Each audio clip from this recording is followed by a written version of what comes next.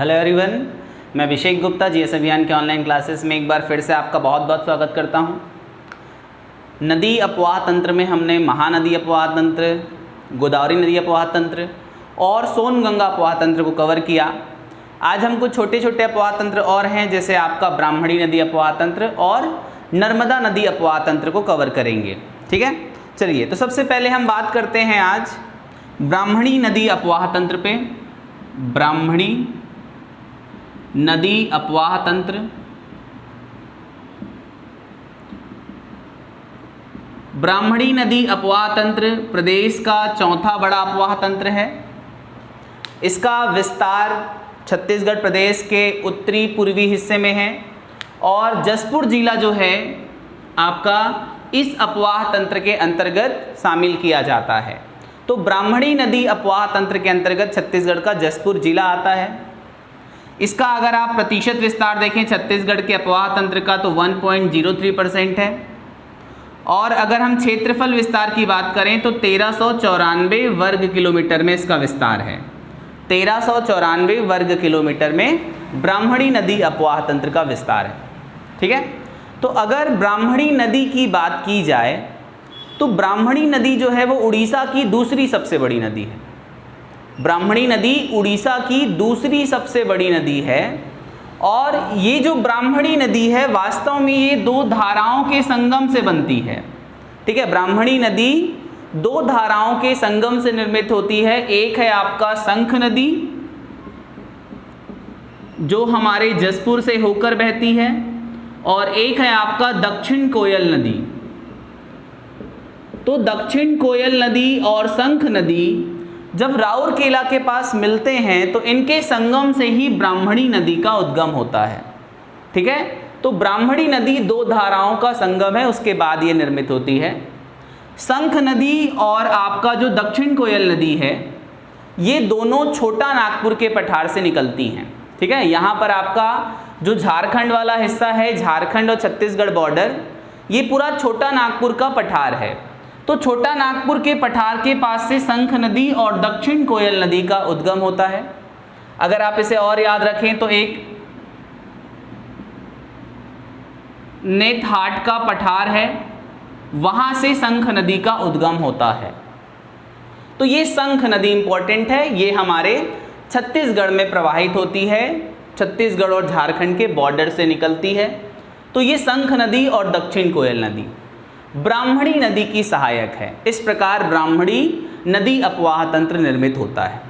ब्राह्मणी नदी की कुल लंबाई अगर आप याद रखना चाहें तो 790 किलोमीटर है, 799 799 किलोमीटर ब्राह्मणी नदी की लंबाई है।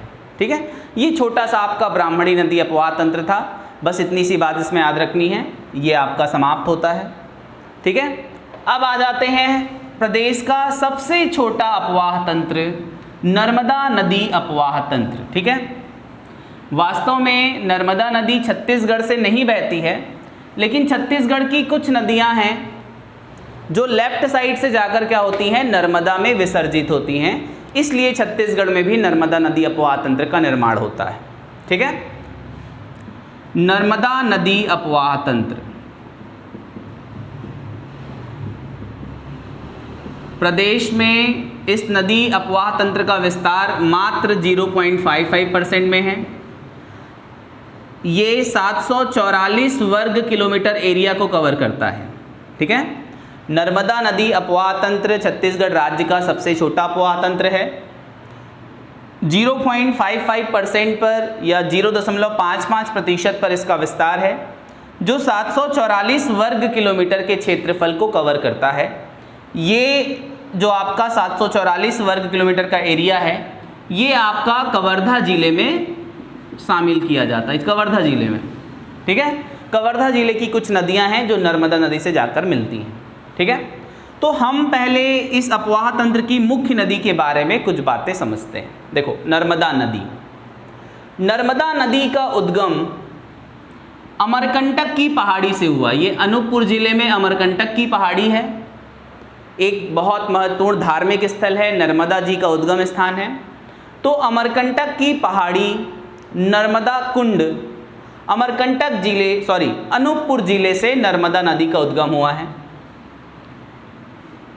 ये आपका मध्य प्रदेश में बहती है, कुछ हिस्से महाराष्ट्र में प्रवाहित होती है और गुजरात में बहने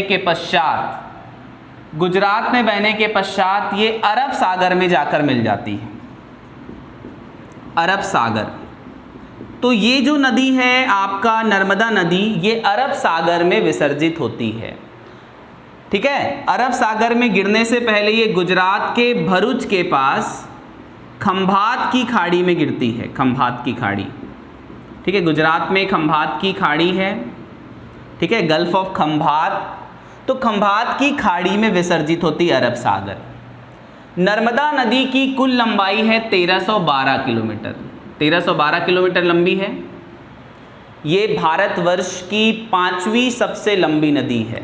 भारतवर्ष की 5वीं सबसे लंबी नदी है और पश्चिम की ओर बहने वाली, ठीक है, वेस्ट साइड क्या होने वाली, बहने वाली भारत की सबसे लंबी नदी है। देखो, नर्मदा और ताप्ती ऐसी दो नदियां हैं जिनका प्रवाह पश्चिम की तरफ होता है, ये अरब सागर में जाकर मिलती हैं। तो नर्मदा नदी जो है ये पश्चिम की ओर बहने वाली भारत की सबसे लंबी नदी है। नर्मदा नदी को मध्य प्रदेश की जीवन रेखा कहा जाता है। जिस प्रकार महानदी छत्तीसगढ़ की जीवन रेखा है, उसी प्रकार नर्मदा नदी मध्य प्रदेश की जीवन रेखा है। ठीक है, इसमें बहुत सुंदर आप देखेंगे एक जलप्रपात है जबलपुर के पास, जिसे धुआंधार जलप्रपात के नाम से जानते हैं। ठीक है, जब ये अमरकंटक से निकलती है नर्मदा नदी तो एक कपिल धारा बनाती है। ठीक है, कपिल धारा, दूध धारा, ऐसे छोटे छोटे जलप्रपात का ये निर्माण करती है।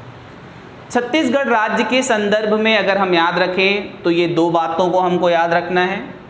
और एक दो बात ये कि आपका जो कवर्धा जिला है, यहाँ पर मैकल श्रेणी से एक नदी बंजर नदी और ताड़ा नदी, ठीक है, बंजर और ताड़ा ये दो नदियाँ जो हैं ये नर्मदा में जाकर विसर्जित होती हैं।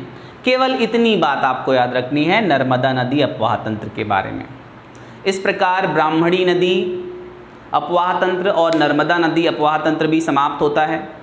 छत्तीसगढ़ में हमने 5 अपवाह तंत्र के बारे में पढ़ लिया। सामान्य सी बात आपको नर्मदा नदी अपवाह तंत्र और ब्राह्मणी नदी अपवाह तंत्र के बारे में याद रखना है। कुछ खास इसमें मेहनत करने की आवश्यकता नहीं है, आप 1-2 रीडिंग करेंगे तो ये याद हो जाएगा। ठीक है, तो ये हो गया आपका अपवाह तंत्र समाप्त। इसके बाद हम जलप्रपात छत्तीसगढ़ में उस पर वीडियो अपलोड करेंगे, आज ही हो सके तो वो हो जाएगा। ठीक है, फिर जो लास्ट बच गया वो सिंचाई परियोजनाओं का एक वीडियो होगा और ये अपवाह तंत्र समाप्त हो जाएगा। पूरा कंटेंट कवर करने के बाद हमारा ये अगला जो प्रयास होगा वो ये होगा कि हम हर टॉपिक पे ऑब्जेक्टिव पर भी वीडियो बनाएं और ऑब्जेक्टिव सॉल्व करने का जो प्रैक्टिस है वो आपको यूट्यूब पर ही मिल जाए। तो इस प्रकार हम अपने चैनल को आगे बढ़ाएंगे। आप सभी का बहुत बहुत धन्यवाद। अगर आपको ये वीडियो पसंद आता है तो आप इसे लाइक ज़रूर करें, सब्सक्राइब करें और अपने दोस्तों के साथ शेयर करें। Thank you so much.